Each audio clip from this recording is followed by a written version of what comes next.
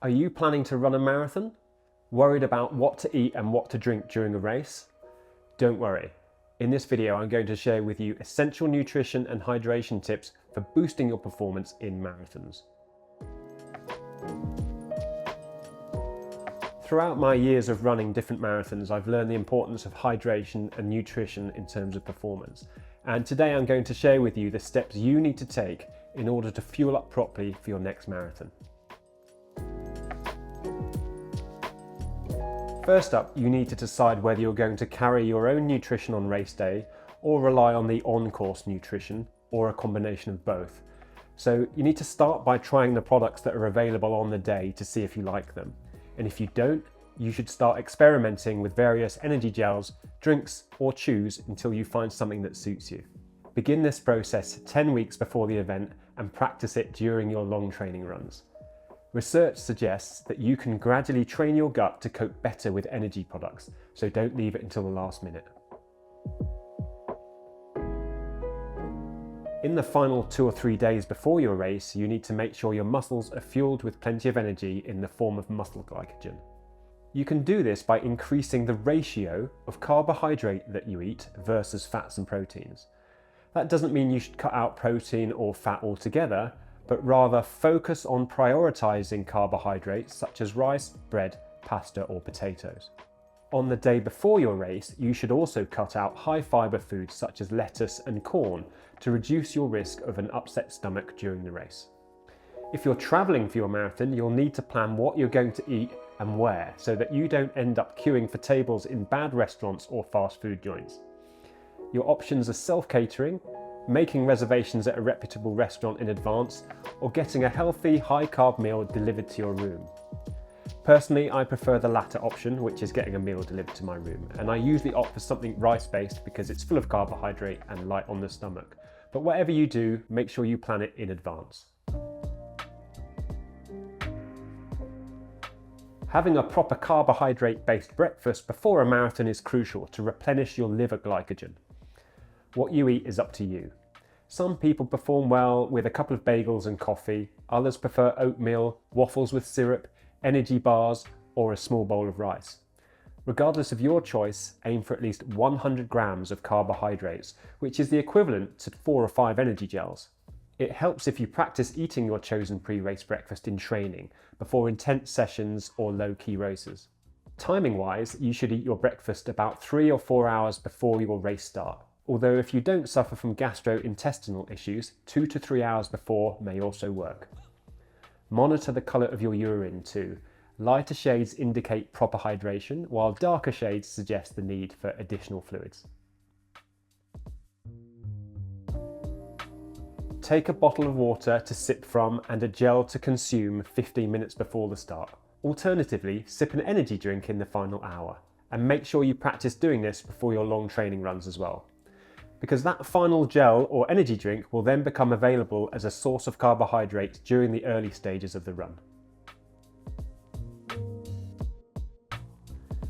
During the marathon itself, you'll need to keep topping up your carbohydrates and fluids.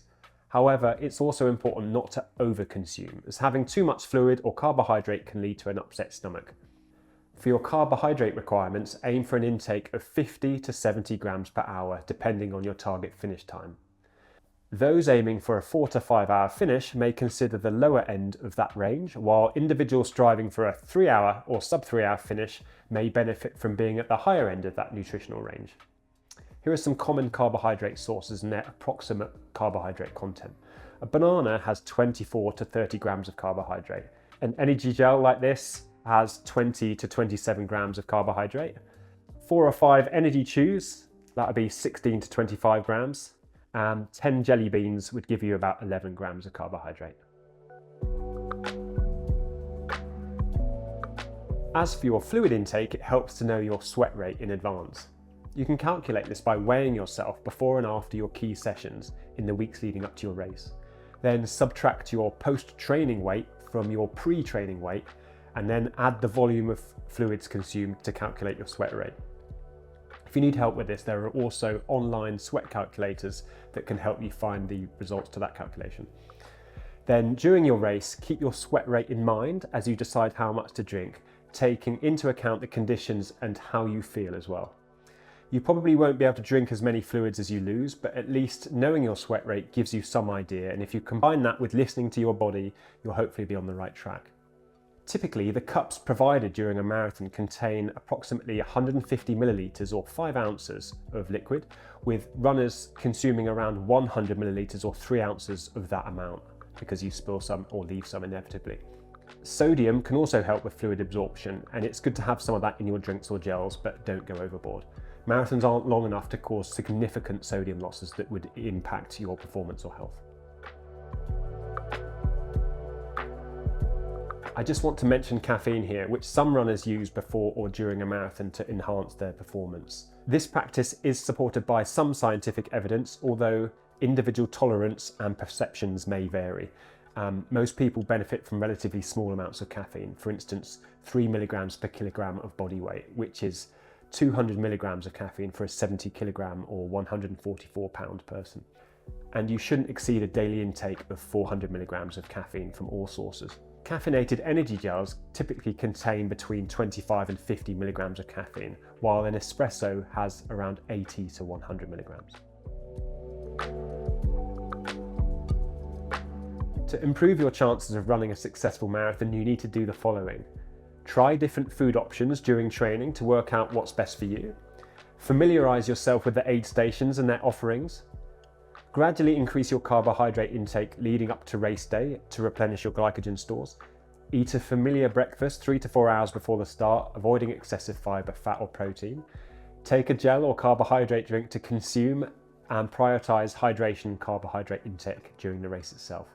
And don't forget, if you need any help training for a marathon, I've created some free PDF marathon training plans, which you're welcome to try. Just click the link on screen or in the description section and choose marathon from the drop-down menu.